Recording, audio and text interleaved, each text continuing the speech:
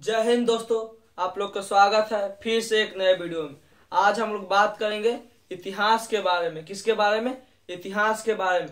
हम लोग आज देखते हैं इतिहास के बारे में, 10 क्लास के इतिहास के बारे में, जिसका पहला लेसन है यूरोप में राष्ट्रवाद। कोची यूरोप में राष्ट्रवाद। क्या? यूरोप में राष्ट्रवाद। हम लोग सबसे पहले समझते हैं कि राष्ट्रवाद होता क्या है। राष्ट्रवाद होता क्या है? राष्ट्रवाद एक विचारधारा है अपने देश के प्रति पूर्ण रूप से समर्पित हो जाने वाली भावना को ही क्या कहते हैं? राष्ट्रवाद कहते हैं। अपने देश के प्रति मान मर्यादा तथा शान शौकत के लिए पूर्ण रूप से समर्पण की इसी पवित्र भावना को क्या कहते हैं? राष्ट्रवाद कहते हैं। तो आज हम लोग बात करेंगे यूरोप में राष्ट्रवाद के बारे में। यूरोप में राष्ट्रवाद कैसे हुआ? यह बेसिकली राष्ट्रवाद यूरोप में 18वीं शताब्दी के मध्य में स्टार्ट हुआ था। कब? यह यूरोप में राष्ट्रवाद कब हुआ? 18वीं शताब्दी के मध्य में। 18वीं शताब्दी के मध्य में। 18वीं शताब्दी के मध्य में जब किसी भी चीज का उदय होता है। क्या? जब किसी भी चीज का उदय होता है, इसके पीछे कोई ना कोई कारण जिम्मेदार होता है। इसी प्रकार से जब यूरोप में राष्ट्रवाद का उदय हुआ, क्या? यूरोप में राष्ट्रवाद का उदय हुआ, इसके पीछे दो प्रमुख कारण थे, जिसमें पहला कारण था फ्रांस की क्रांति।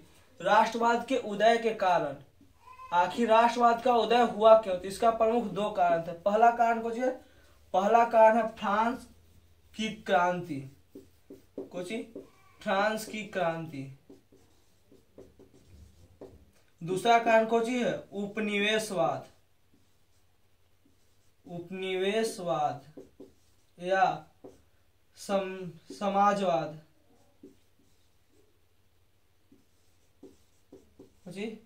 समाजवाद।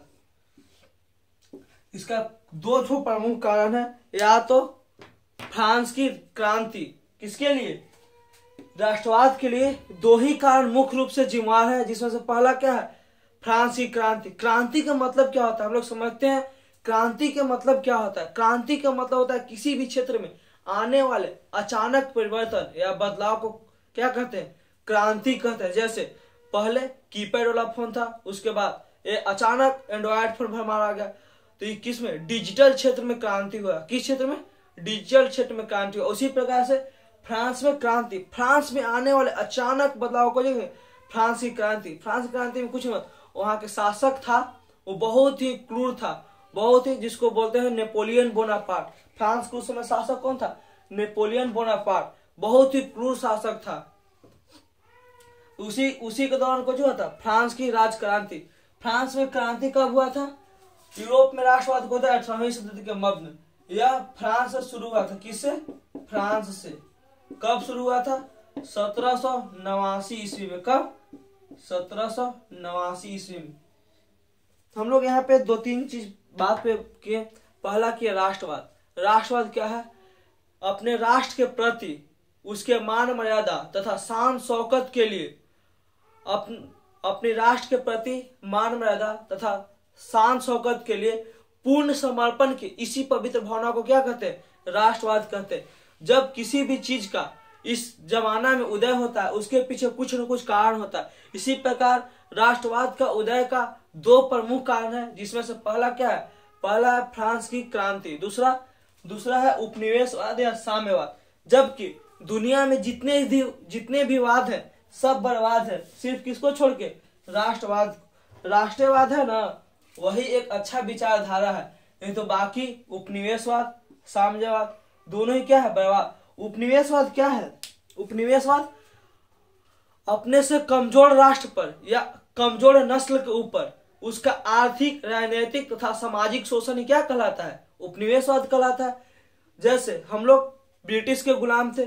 हम लोग किसका उपनिवेशवाद थे? ब्रिटिश के। इंग्लैंड वाला घूम घूम के सभी जगह पे कब्जा कर रखा था। सभी जगह पर क्या कर रखा था? कब्जा कर रखा था। इसमें हम लोग यूरोप में राष्ट्रवाद में प्रमुख किसका पढ़ेंगे? पहले पढ़ेंगे हम लोग फ्रांस के, उसके बाद हम लोग पढ़ेंगे इटली के, इसके बाद हम लोग पढ़ेंगे जर्मनी का, किसका? जर्मनी का। इटली के एकीकरण में 3-4 प्रमुख थे, जिसमें से थे गैरीबाल्टी,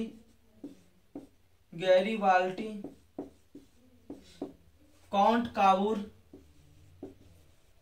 जोसेफ मेजनी,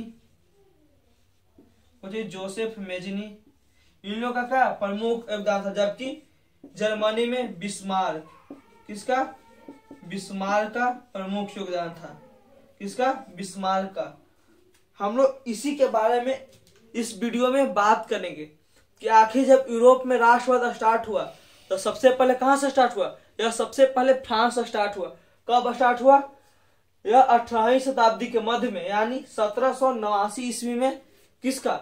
फ्रांस में। वहां के लोगों ने अपने ही शासक के खिलाफ, किसके खिलाफ?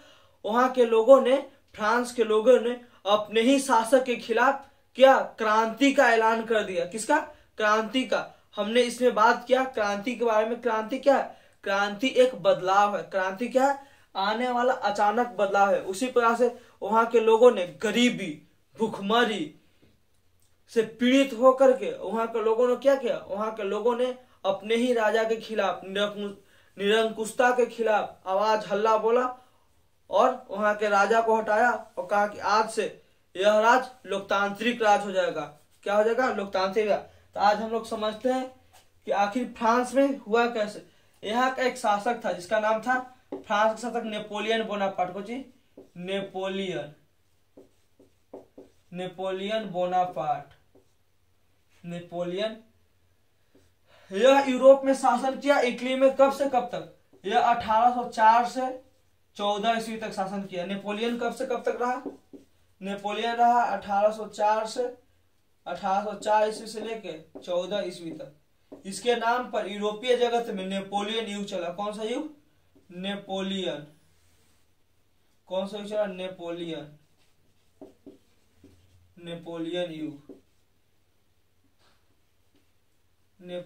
युग कब चला? यह यूरोपीय जगत में 1804 ईस्वी से लेकर 1814 ईस्वी तक क्या चला? नेपोलियन युग। जब नेपोलियन युग का अंत हुआ, किसका? वहां के फ्रांस के लोगों ने नेपोलियन को जब सत्ता से बाहर फेंका तो 1815 ईस्वी में, कब? 1815 ईस्वी में ऑस्ट्रिया की राजधानी, कहां? ऑस्ट्रिया की राजधानी, ऑस्ट्रेलिया नहीं, ऑस्ट्रिया। पहुंची? ऑस्ट्रिया की राजधानी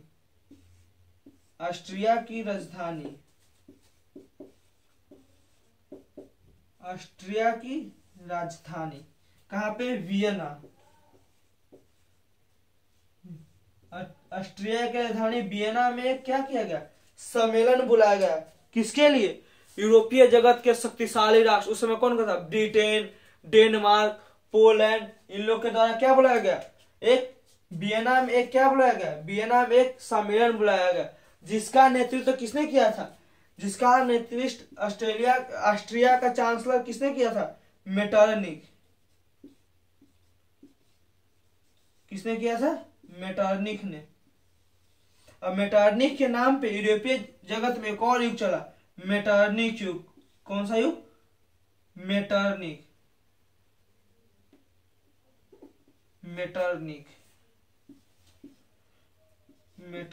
युग। मेटरनिख युग कब से कब तक चला? इधर देखो, मेटरनिख युग कब से कब तक चला?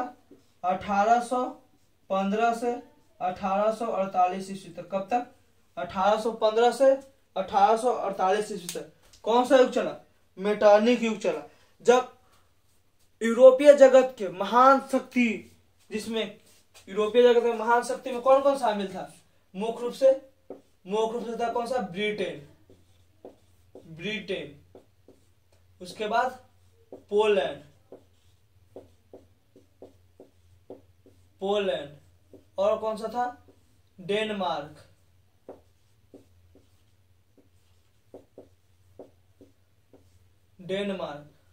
ये सब क्या थे? ये सब उस समय बड़े बड़े साम्राज्य थे। पोलैंड, इसके साथ साथ हॉलैंड। क्या? हॉलैंड। ये सब उस समय के शक्तिशाली राज्य थे। इन्होंने आपस में एक बैठक की और बैठक करके अब एक ऑस्ट्रिया की राजधानी कहाँ पे, वियना में एक समझौता बैठाया जिसका नेतृत्व किसने किया था, ऑस्ट्रिया के चांसलर किसने, मेटरनिख ने। उसके नाम पर यूरोपीय जगत में एक युग चला। तो जब नेपोलियन युग का अंत हुआ, किसका, नेपोलियन युग का अंत हुआ, तो यूरोपीय जगत में 1815 से लेके 1848 ईस्वी तक, कब तक, 1848 ईस्वी तक कौन सा युग चला, मेटरनिख युग, मेटरनिख युग। तो कभी कभी क्वेश्चन पूछ देता है कि यूरोपीय जगत में नेपोलियन युग के बाद कौन सा युग चला, तो कौन सा युग चला, मेटरनिख युग। पूछेगा कब से कब तक, 1815 से 1848 ईस्वी तक। अब हम लोग बात करते हैं किसे, फ्रांस की क्रांति के बारे में। किसके बारे में बात करते हैं, फ्रांस की क्रांति के बारे में। जब फ्रांस की क्रांति हुआ तो नेपोलियन को गद्दी से हटाया गया, नेपोलियन बोनापार्ट के, और उसके जगह पर कौन आया, उसके जगह पे लुई 18वां आया। कौन आया, लुई 18वीं। कौन आया गद्दी पे, लुई 18वां। लुई 18वां को गद्दी मिला, लेकिन ये लोल था, ये योग शासक नहीं था। इसने जितना नेपोलियन बोनापार्ट ने किया था, एक कुल करल पर पानी कौन फेर दिया, लुई 18वां। पूरा बैल था। जब किसी को फ्री में कोई चीज मिल जाता है ना, तो वो अच्छा सा काम नहीं करता है। जब किसी को साम्राज्य अपने पिता के कर्मों के उपलब्ध मिल जाता है, भारत में देखे सब किया कौन, सब किया शाहजहां, और मिल गया औरंगजेब के, कुल बुला दिया। और जहांगीर किया, अकबर किया, शाहजहां किया, औरंगजेब के दिया, पूरा बुला दिया, पूरा लोल निकला शासक में। तो उसी वजह से जब किसी को किए कराया तो कुछ मिल जाता। लुई 14वां एकदम लोल था, तो इसको हटाया गया। किसको, लुई 18वां को हटाया गया, और लुई 18वां किसको बनाया गया, चार्ल्स दसम को। किसको, चार्ल्स दसम को। ये आओ बैल निकला, चार्ल्स दसम आओ लोढ़ा निकला। चार्ल्स दसम जब बना तो ये आओ लोढ़ा निकला। अच्छा, लुई 18वां से लोढ़ा कौन निकल गया, चार्ल्स दसम।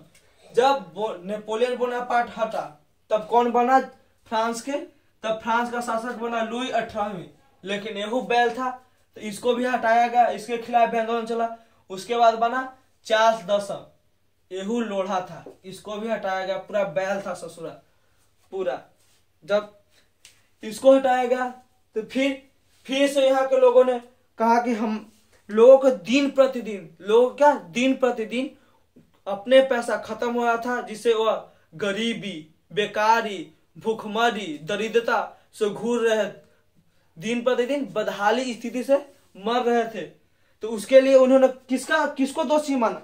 जाहिर सी बात है, जब कोई आदमी, जैसे अभी भारत में महंगाई के लेवल काफी बढ़ गया है, क्योंकि जो पैसा है उसके मुकाबले डॉलर धीरे धीरे काफी तेजी से बढ़ा हो रहा है।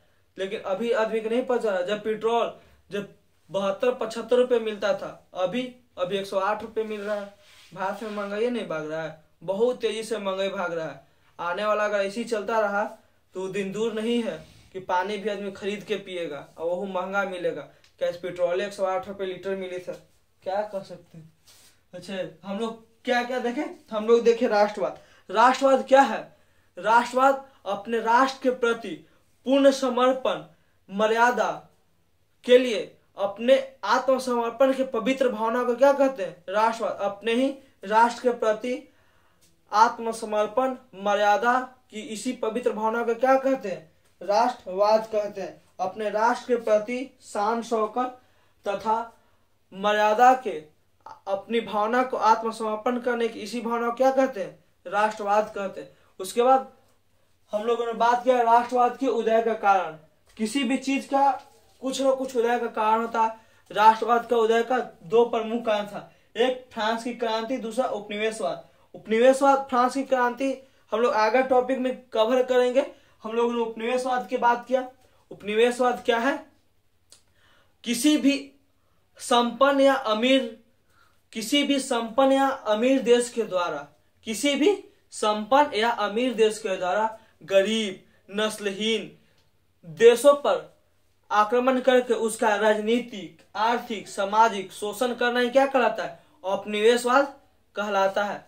आज के लिए बस इतना ही। हम लोग आने वाले वीडियो में बात करेंगे इटली के एकीकरण, जर्मनी के एकीकरण तथा फ्रांस के एकीकरण। हम लोग देखेंगे इटली के एकीकरण में गैरीबाल्डी, कॉन्ट काबूल तथा जोसेफ मेजनी का क्या क्या योगदान था। आने वाले वीडियो में हम लोग बात करेंगे कि किस प्रकार से बिस्मार्क के बिना जर्मनी का एकीकरण अधूरा था। जर्मनी का था कौन? जर्मनी का था हिटलर। कौन? हिटलर। जर्मनी का कौन था? एडोल्फ हिटलर, जिन्होंने दूसरा विश्व युद्ध करवा दिया। कौन सा युद्ध? दूसरा विश्व युद्ध। मारा उठा पोलैंड पर और क्या हो गया? पूरा बवाल हो गया। इसी कारण दूसरा विश्व युद्ध हुआ। आज के लिए बस इतना ही। हम लोग मिलते हैं नेक्स्ट वीडियो में। तब तक के लिए जय हिंद।